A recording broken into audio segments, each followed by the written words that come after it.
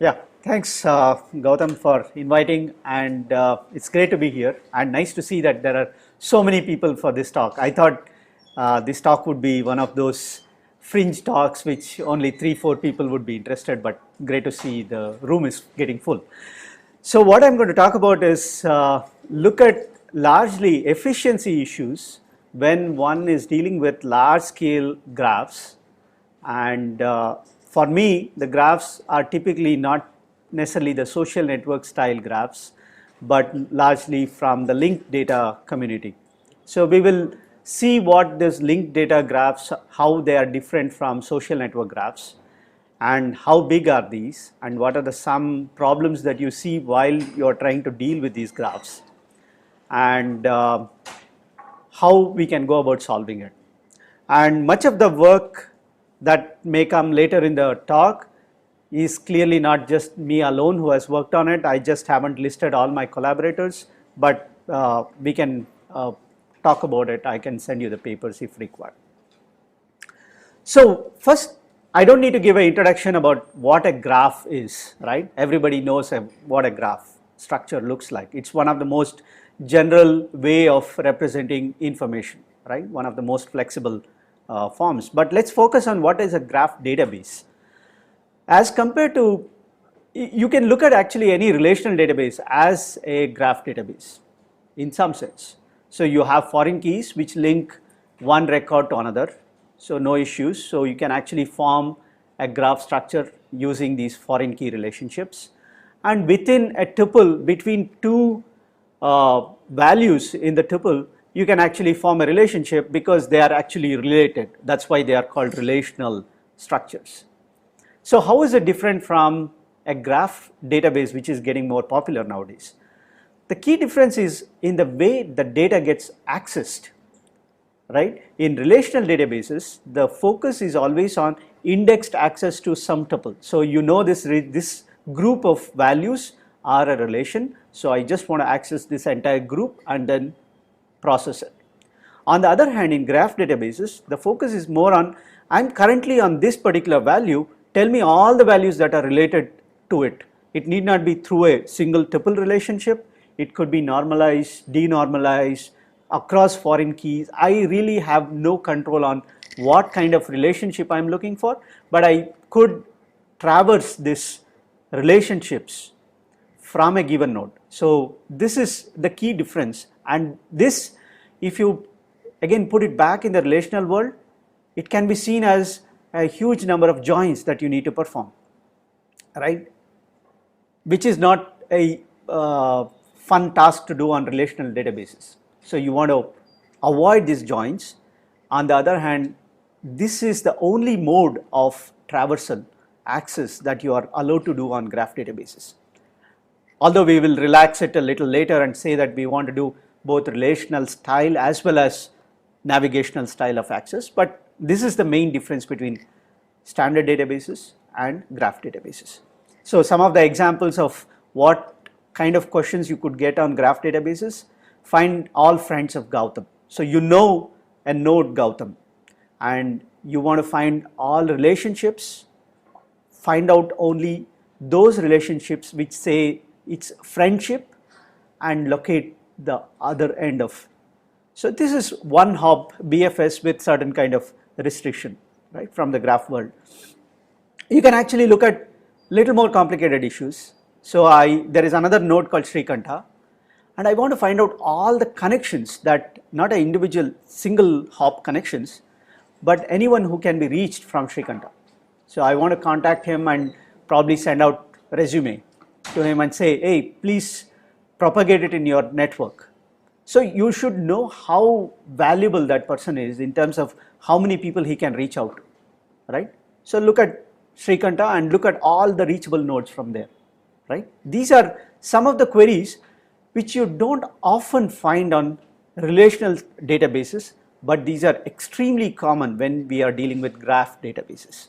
Essentially, they're recursive joins. They're recursive joins. Including self joins, yeah. circles, everything. Right? So recursive join is one way of looking at if you have self join, but it could be simply join, stream of joins. Okay? So it could be on the same table or across tables. You really don't have a requirement to stop that. So it's not again something very new. In fact, I haven't put the dates, but you can easily guess logic databases was well before, I think probably 80% of this room was even born, right? People have been working on it, and if you have met Alman or whoever visited TCS, you can easily see that these guys, yeah, they worked on Datalog, and even before that there was Prolog, which was from AI side, and these things were 30 years long history, right? So that's where the real grounds of graph databases were sown, right?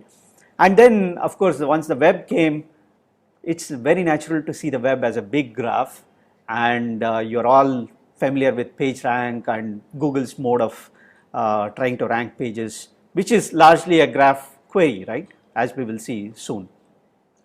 And then XML wave hit database community, and XML is both a tree and, if you relax it a little, graph, right?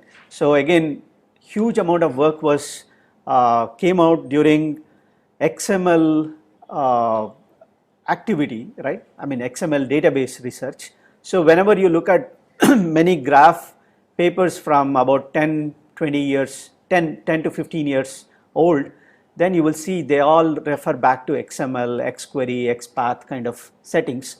So although they are not strictly graphs, graph database research flourished during that time. But now there is even bigger beast called linked data, okay, which is what I'm really excited about, which I'm going to talk about in this talk. There, the linked data graphs are really graphs, as in XML was mostly tree structured with some deviations from the tree, but linked data is mostly graph structures with very little deviating from the graph structure, as in moving into the tree, very little. But so we are really seeing true graph requirements in databases now. So just to give a brief introduction of what these graphs would look like in linked data setting, right? So I just was thinking about which are the good examples to give, and then I happened to catch the DVD of Expendables, so I thought I will talk about the good old Bruce Willis and Dolph Lundgren, who are heroes in this movie, right? So you can form such a graph where Bruce Willis is one node and Dolph Lundgren, and you can have relationships like both were born in different cities, Idar Oberstein and Stockholm, and then both of them have worked in one single movie, The Expendables, and it's a movie, and you can even construct further relationships like this is a movie made in Hollywood and it's an action movie and these kind of things, and both of them are action heroes, out of which Dolph knows martial arts while Bruce Willis knows how to handle a gun, right? So this is a big, this is a small snapshot of a fairly large graph that you can construct just from IMDb dataset, just from movies that are out there. Yeah? This looks like very similar to Google Knowledge Graph.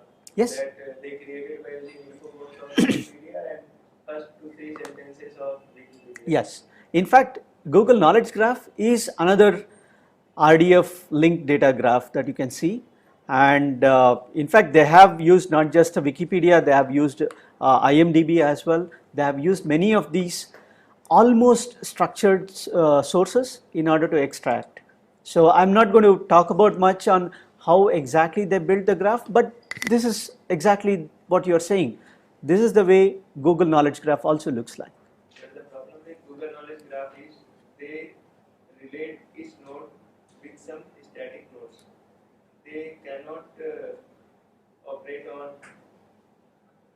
dynamically changing events.